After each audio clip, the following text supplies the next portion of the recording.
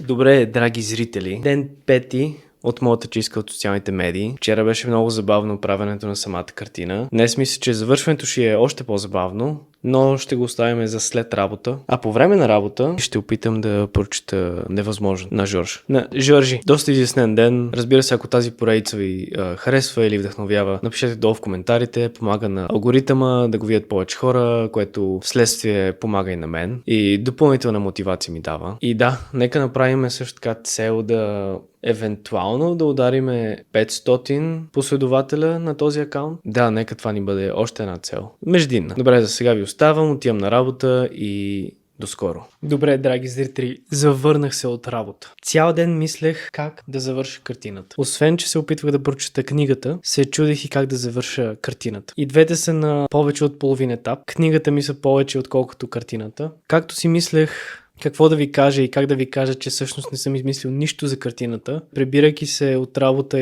и заставайки пред нея, ми хрумна на момента. Предполагам, че виждате, че се случва едно наслагване на цветята. Изглеждат като че ли са едно върху друго. Идеята ми е да играя с този ефект. Там, където цветята не се разминават, ще бъде солиден цвят. Или солиден, имам предвид, че няма да е празно. Не, че ще го попълна солидно и че ще е плътно, понеже считам, че искам да бъде надраскано. И мисля, че ще стане един много интересен ефект и това ще придаде на зрителя, на вас, драги зрители, всъщност чувството, че там, където се съединяват цветята, ще бъде празно или по-скоро ще бъде негатив. Негатив на позитив. Където цветята не се разминават е позитив, демек е плътно, а където е негатив, където се разминават и са едно върху друго контурите, ще бъде празно. Или няма да бъде запълнено с никакъв цвят. Поне за сега. Дойде времето пак за решаване на проблем, който намирам в картината и съм доста развълнуван да го реша.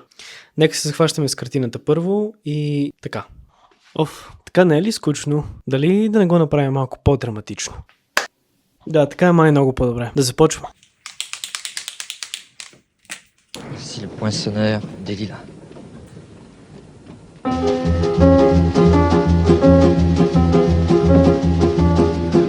Je suis le poinçonneur des lilas, le gars qu'on croise et qu'on ne regarde pas.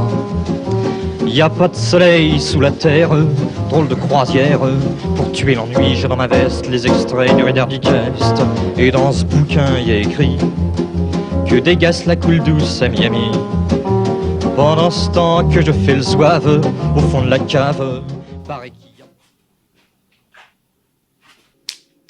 Спокойно, Денис. Така, драги зрители, мисля тук да приключа за днес творческия процес. Мисля, че на този етап ефекта, който съм искал и поискал, съм го получил и бих казал, че се получи доста сполучливо, според моите виждания. Обаче чувствам, че липсва нещо. И това е, че има твърде много празнота. Бялото между самите цветя. Тези ромбоиди ще ги оставя празни или по-скоро плътни, те ще са бели. И другата част от празното пространство в момента между самите цветя ще го направя в черно. Понеже черното не е цвят и така то ще накара истинските цветове да изпъкнат. Според мен. Това обаче ще го направя утре, понеже, както казах, днес времето приключи. Книгата, за жалост, също ще трябва да я довърша утре, поради същата причина. Книгата и картината са на доста напреднал етап, затова не се притеснявам за тяхното завършване. Въпреки всичко, считам, че днес също бе продуктивен ден, затова аз спокойно ще ви кажа лека нощ